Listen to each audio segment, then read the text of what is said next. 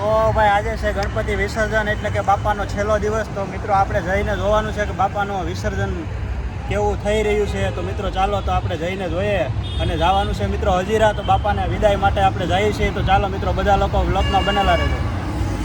ત્યાં પણ પાણીની સુવિધા આપે છે જો એકદમ સતત. ખાલી જો હાંડો હો ભાઈ ઘડો. વાહ ભાઈ વાહ, એકદમ જો આમ સતત ભાઈ ચાલુ રહે છે સુવિધા પાણીની.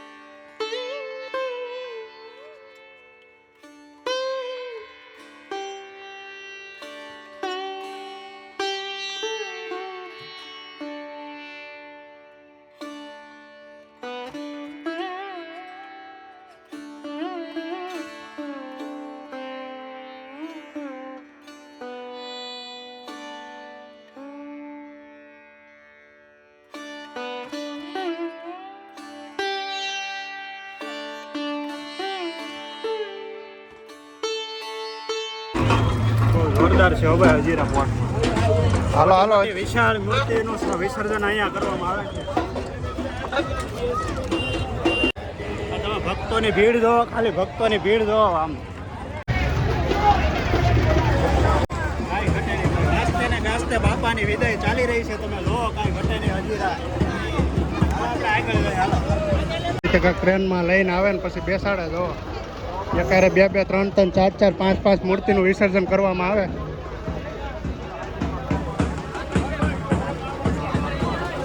અત્યારે જઈ રહ્યું છે જો. વાહ ભાઈ વાહ.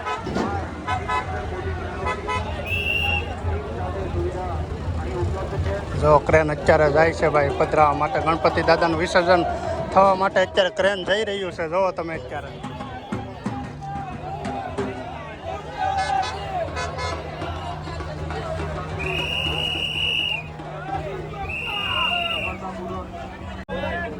જો હમણાં વિસર્જન થશે ગણપતિ બાપાનું.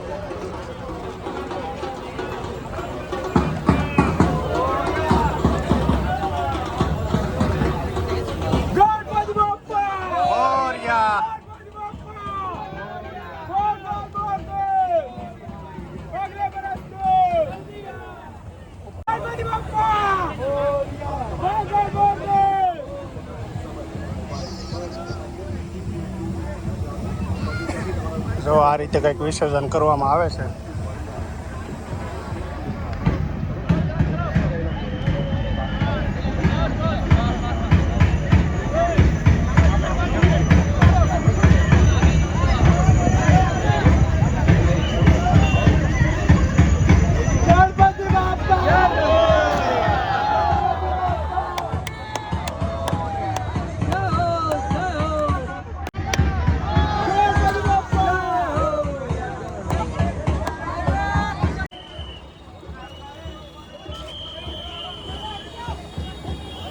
જો આ બીજું ગણપતિ દાદાનું વિસર્જન થવા માટે જઈ રહ્યું છે. અહીંયા ક્રેન ઉપર બિરાજમાન છે ગણપતિ બાપા.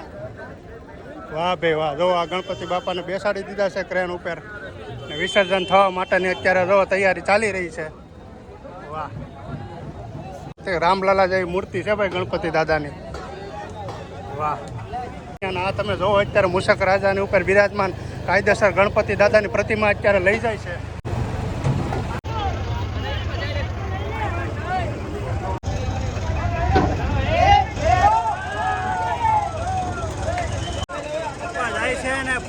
વેલા આવજો. આવતા વર્ષે બપ્પા વેલા આવી જાજો.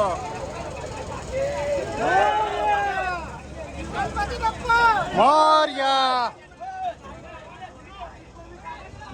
ગણપતિ બાપા મોરિયા ભાઈ ભાઈ.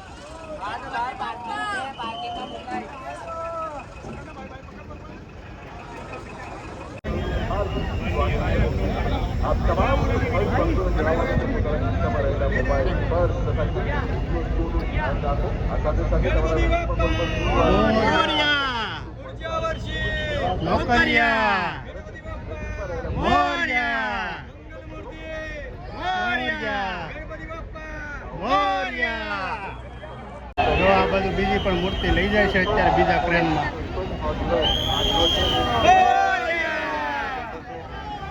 મોરિયા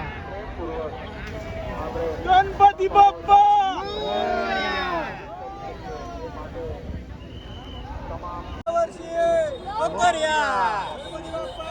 મોરિયા.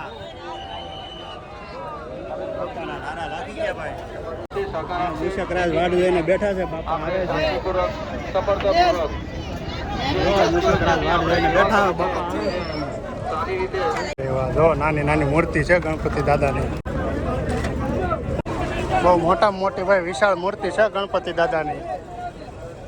આખા ક્રેનમાં એક જ આવે ખાલી બોલો એવડી મોટી વિશાળ મૂર્તિ છે આ ગણપતિ દાદાની.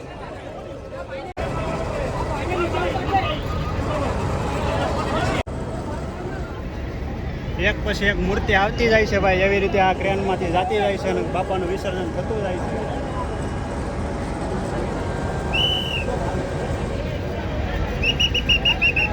ગણપતિ બાપ્પા મોરિયા ગણપતિ બાપ્પા મોરિયા. બોલો ગણપતિ બાપ્પા આપ તમામ મોટામાં મોટી ક્રેન હોય તો અહીંયા હજીરા પોર્ટમાં છે મિત્રો.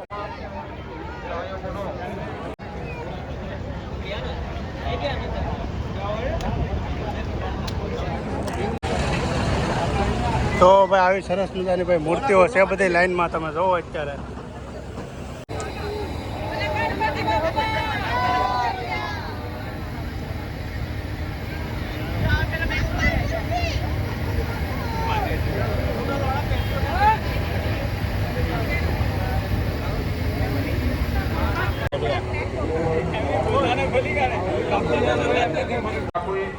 જો આ રીતે લાઈનમાં છે ભાઈ બધી ક્રેનો જોવો તમે.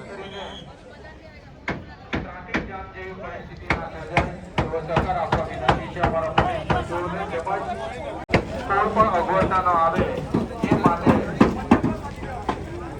ઓવરા પોઈન્ટ હજીરા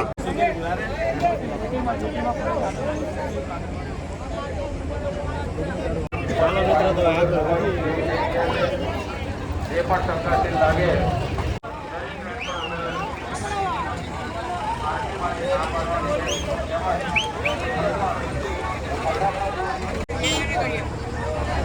બાપા આવી ગયા છે. હવે વિસર્જન બાપાનું હમણાં કરશે. કાંઈ ન ઘટાય એવું. તો ભાઈ અસંખ્ય મૂર્તિઓ આવી ગયા અહીંયા. અને રાધે કૃષ્ણ ગોપ આ જબરજસ્ત આયોજન કરે છે. મૂર્તિ બાપાની વિસર્જન કરે છે રાધે કૃષ્ણ ગોપ. તો ભાઈ જોરદાર રાધે કૃષ્ણ ગોપ.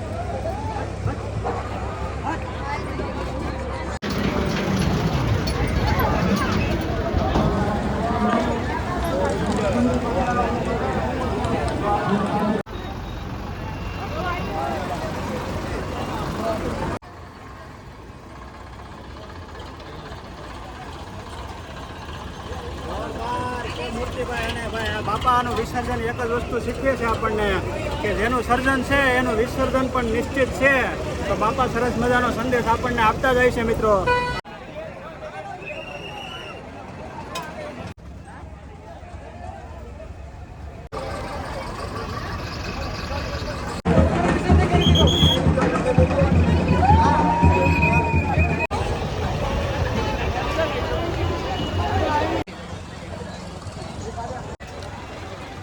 વાહ ભાઈ વાહ. 5 મોટા વાળી બાપાની મૂર્તિ હોય ભાઈ.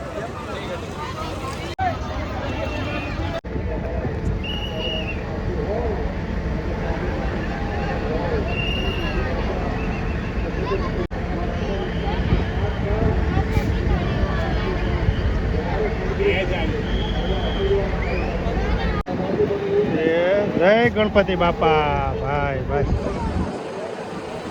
તમને અમારા બ્લોગમાં બધી મૂર્તિનું વિસર્જન બતાવ્યું છે. મોટી મોટી મૂર્તિઓનું વિસર્જન અહીંયા હજીરા પોર્ટ પર કરવામાં આવે છે.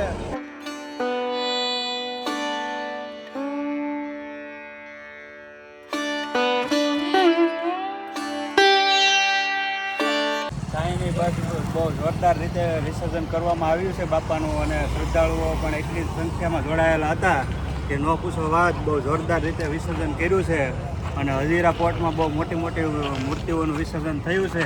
અને ક્રેન પણ એટલી હતી, 15 જેટલી તો ક્રેન હતી મિત્રો. અને મૂર્તિઓની સંખ્યા પણ બહુ જબરજસ્ત હતી અને બહુ ઝાઝી બધી હતી.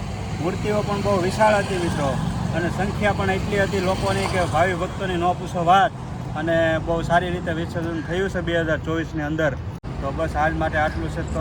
તો તમને અમારો બ્લોગ ગમે તો લાઈક, કમેન્ટ, શેર અને સબસ્ક્રાઈબ કરી નાખજો મિત્રો.